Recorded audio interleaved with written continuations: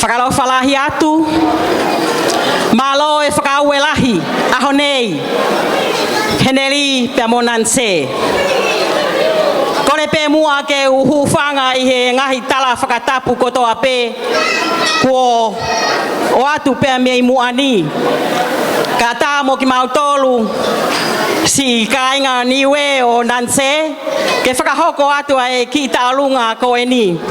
Nanse koe kia hame aia te mau mau, ko hia ko e whakataha mo e whiawhia aho koe ni. E whai ange pa ke whaiha whakakaukau lele I he aho koe ni. O whau e whamiri. Na mau talata noa mai pehe halapia ko pehe ange ki he whanau. Poto au pita nanse, whai mo whai lewa mari. Ko te ova pehe ua taha ua ua tolu, ko e mau no whoaia. Pa ko whia lahi nanse I he aho koe ni, I he whakakakato ai o wau, o e whau whamiri fo o ko o whalahi at kate koe.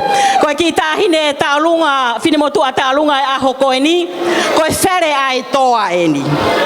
Ko tui pe heneri, te amoho whahu, nā koho mouka inga where ai toa, ene tangata eki, ko e whai whekau ia pe me he whunga waka e sastonga ho eki, kai tā maha tau whas, malo.